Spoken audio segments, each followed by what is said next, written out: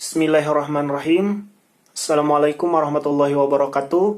Perkenalkan, nama saya Firman. Saya dari program studi S1 Kesehatan Masyarakat, Sekolah Tinggi Ilmu Kesehatan Kuningan, kelas reguler B tingkat 2 semester 3, dengan nomor induk mahasiswa CMR 019050. Pada kesempatan kali ini, saya akan menjelaskan mengenai langkah-langkah upaya pencegahan heat stress di lingkungan kerja. Yang pertama adalah membuat program pencegahan heat stress. Perusahaan harus memilih dan menetapkan pekerja yang terlatih dan kompeten dalam menangani bahaya di tempat kerja. Salah satunya adalah bahaya paparan panas. Selanjutnya, pekerja ini akan berperan dalam merencanakan, melaksanakan, mengembangkan, dan mengelola terkait paparan panas di tempat kerja. Tidak hanya itu, pekerja yang memiliki keahlian dan kompetensi akan menunjang produktivitas perusahaan, dan itu merupakan hal yang baik. Yang kedua, melakukan identifikasi bahaya.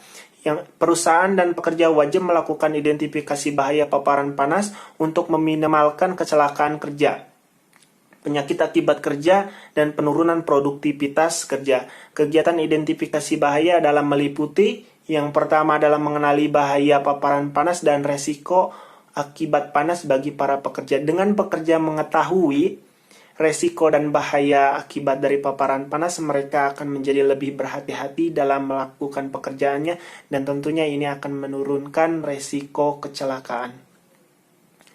Yang kedua adalah menghitung indeks tekanan panas melalui pengukuran faktor-faktor eksternal lingkungan yang mempengaruhi tekanan panas, yaitu suhu, kelembaban, kecepatan angin, suhu kering, suhu basah, dan suhu radiasi.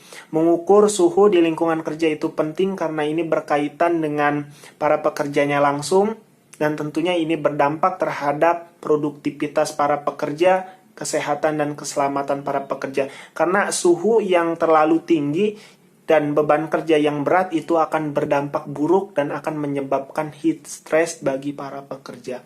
Yang selanjutnya adalah yang ketiga, melakukan evaluasi terhadap kesehatan pekerja akibat paparan panas, yaitu dengan mengukur tekanan darah, denyut nadi, dan suhu tubuh pekerja.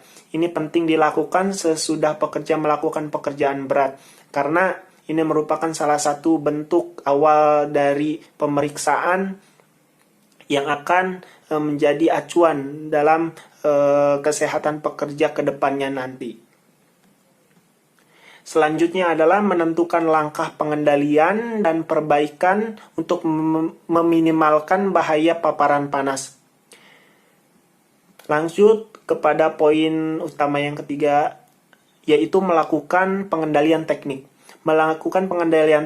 Pengendalian teknik dapat dilakukan dengan cara memasang ventilasi umum, memasang kipas pendingin atau pendingin ruangan, menggunakan penyekat shading terutama untuk mengurangi panas radiasi. Di sini adalah berperan sirkulasi. Sirkulasi udara di sini berperan sangat besar karena sirkulasi udara yang lancar, keluarnya udara masuk digantikan oleh udara dingin, ini berperan dalam penurunan suhu di lingkungan tempat kerja. Selanjutnya adalah melindungi pekerja dari resiko terkena heat stress. Untuk mencegah pekerja dari resiko heat stress, ada beberapa hal yang bisa dilakukan adalah dengan menghindari melakukan aktivitas fisik yang sangat berat ditambah lagi dengan tekanan panas. Ini akan menyebabkan heat stress. Jika tidak memungkinkan untuk melakukan hal tersebut, maka dapat melakukan pencegahan berikut ini. Yang pertama adalah awali dengan minum air putih secukupnya, hindari alkohol dan minuman yang mengandung kafein karena dapat menyebabkan dehidrasi tentunya.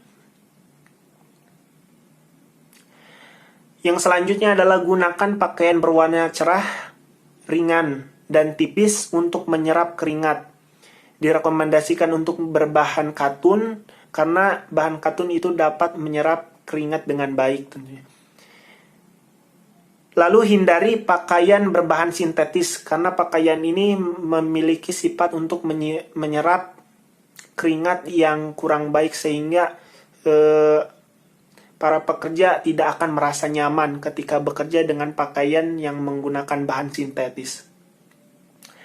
Yang selanjutnya adalah lakukan diet seimbang, konsumsi buah dan sayur, tentunya ini menunjang kesehatan, protein, serat akan membantu dalam metabolisme kesehatan para pekerja, metabolisme tubuh pekerja, sehingga mereka lebih sehat dan lebih bugar ketika melakukan pekerjaan.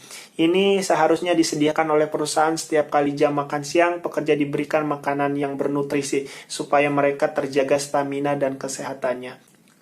Yang selanjutnya adalah pastikan di area kerja terdapat stasiun air minum yang mudah diakses. Ini penting khususnya di daerah lingkungan kerja yang memiliki suhu yang tinggi. Ini penting karena pekerja dapat dengan mudah minum ketika mereka merasa haus. Tetapi lebih ditekankan lagi untuk asupan cairan ketika bekerja di lingkungan yang panas itu setidaknya harus 20 sampai dengan 30 menit sekali itu minum dengan kuantitas antara 200 cc sampai dengan 300 cc. Dilakukan secara rutin, jangan menunggu haus, karena respon haus itu lebih lambat daripada tubuh kita saat mengalami dehidrasi. Intinya dehidrasi lebih cepat daripada respon haus.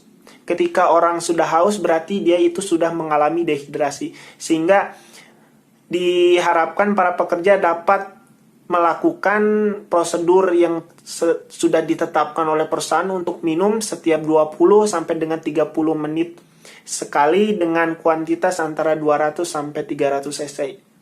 Ini penting untuk menjaga cairan tubuh dari para pekerja. Yang selanjutnya adalah ada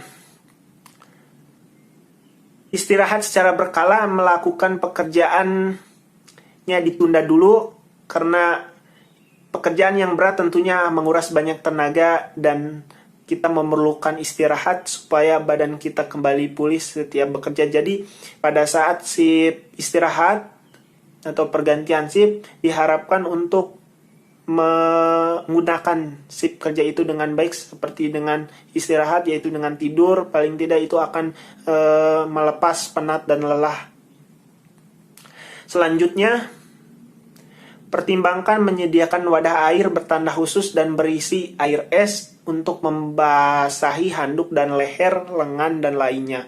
Ini bertujuan untuk mendinginkan suhu tubuh ketika panas yang ada di lingkungan kerja. Maka antisipasi pertolongan pertamanya kita dapat menggunakan handuk yang telah dicelupkan pada air es, dan ini akan membantu untuk menurunkan suhu tubuh.